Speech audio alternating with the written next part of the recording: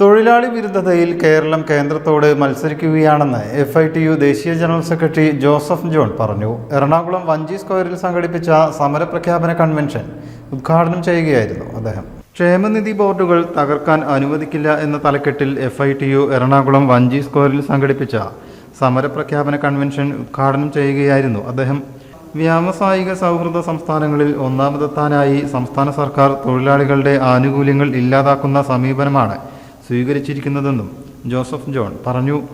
കേരളത്തിലെ തുറമുഖ വകുപ്പ് മന്ത്രി ആരാണെങ്കിൽ കേരളത്തിലെ ഏറ്റവും വലിയൊരു തുറമുഖം ഉദ്ഘാടനം ചെയ്യുന്ന സമയത്ത് അദ്ദേഹത്തിന്റെ സാന്നിധ്യം അവിടെ ഉണ്ടാകേണ്ടതായിരുന്നില്ലേ? നിങ്ങൾ ആരെങ്കിലും ശ്രദ്ധയിൽപ്പെട്ടോ? പിണറായി വിജയനും അനിൽ അംബാനിയും പാർട്ട്ണറാണെന്നല്ലേ പറഞ്ഞത്?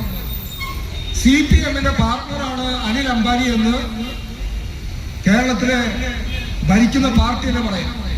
അപ്പൊ തുറമുഖത്തിന്റെ വകുപ്പ് മന്ത്രി ആരാ? പോട്ടെ, LDF-ന്റെ കൺവീനർ ആരാ? കേരളം ഭരിച്ചുകൊണ്ടിരിക്കുന്ന മുന്നണിയുടെ കൺവീനർ ഇപ്പോൾ ആരാണ്? പത്രക്കാർക്ക് പോലും അറിയാൻ സാധ്യതയില്ല. 4 മാസം നീണ്ടു നിൽക്കുന്ന പ്രക്ഷോഭങ്ങൾക്കാണ് തുടക്കമായത്. സംഘടനാ സംസ്ഥാന ഉപാധ്യക്ഷൻ സണ്ണി മാത്യു പരിപാടിയിൽ അധ്യക്ഷനായി. സംസ്ഥാന അധ്യക്ഷൻ ജ്യോതിവാസ് പറവൂർ സമര രീതികൾ അവതരിപ്പിച്ചു.